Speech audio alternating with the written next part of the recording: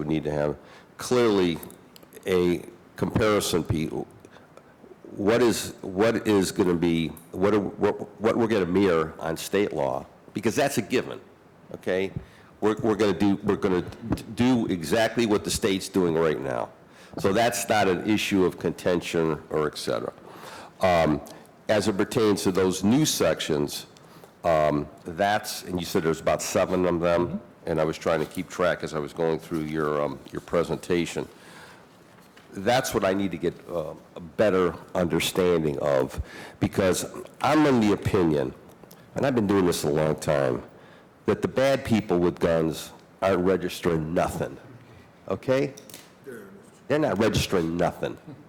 And the kids that have guns, they're not registering.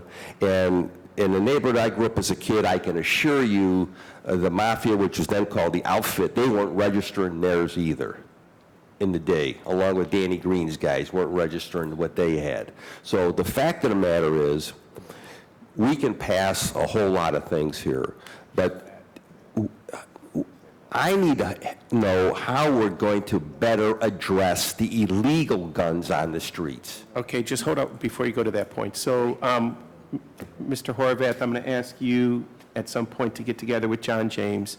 I'd like you to create some sort of matrix that specifies and lays out what we're repealing, what are the new laws, as the councilman requested.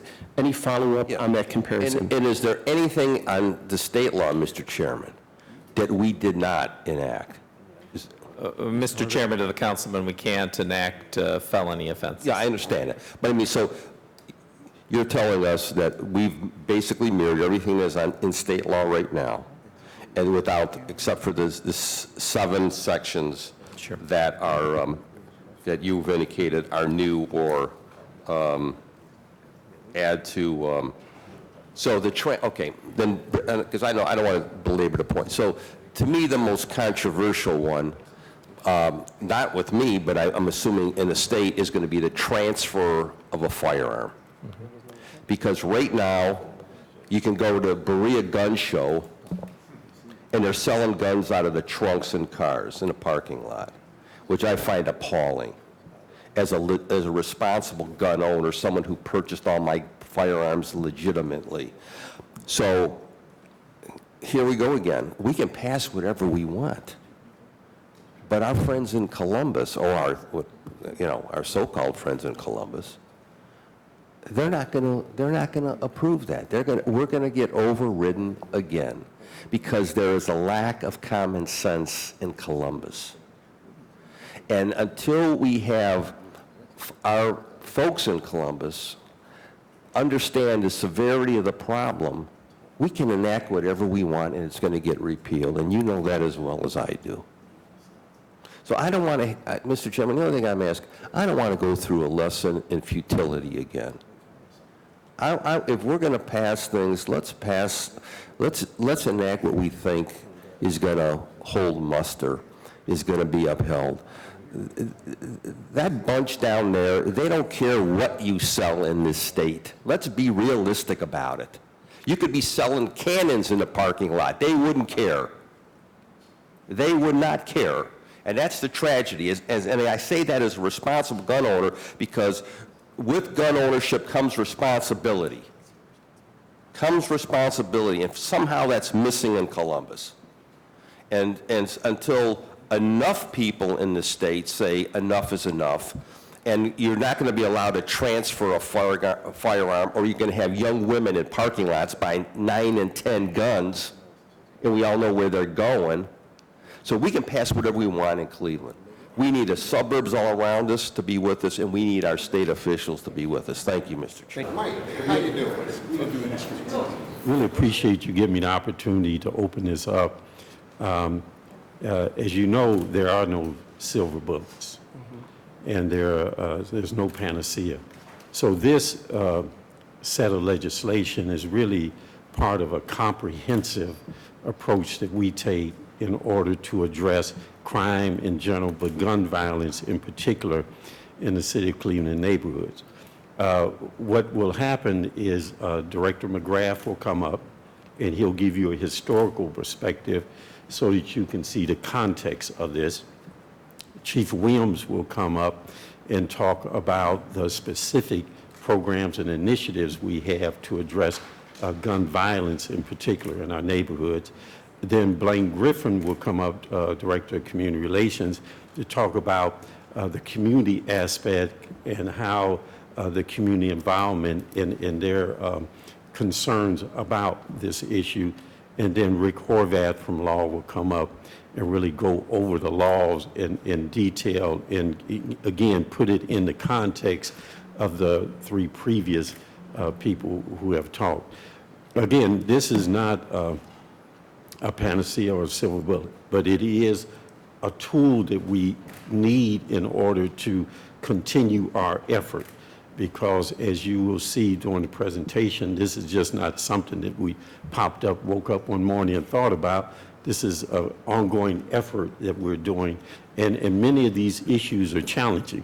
But as part of our job is to meet those challenges.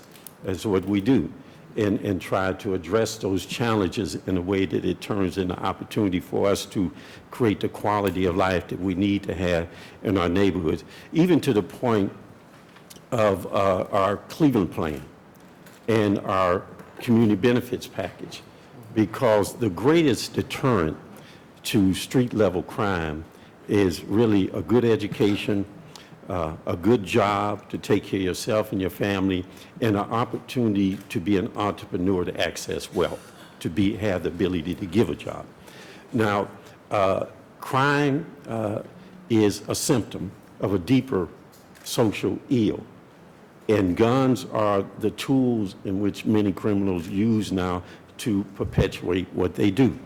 So we look at this, again, as a comprehensive approach. And again, this is just one tool in that comprehensive approach as we move ahead.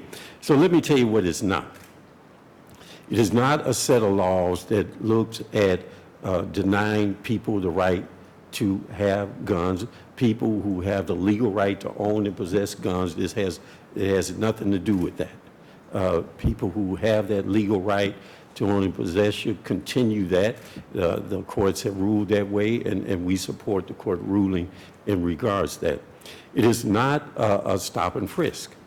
This is something that is not something that is void of due process or probable cause.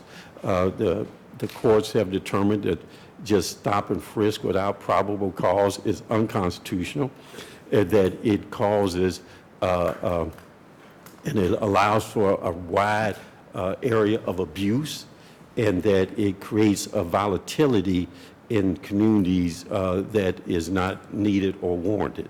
So this is not stop and frisk.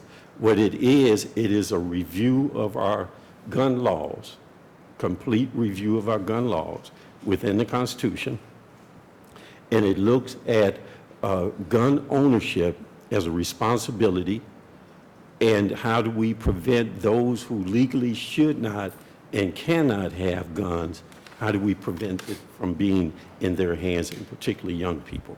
So again, I appreciate the opportunity for us to come here today to talk to you about it.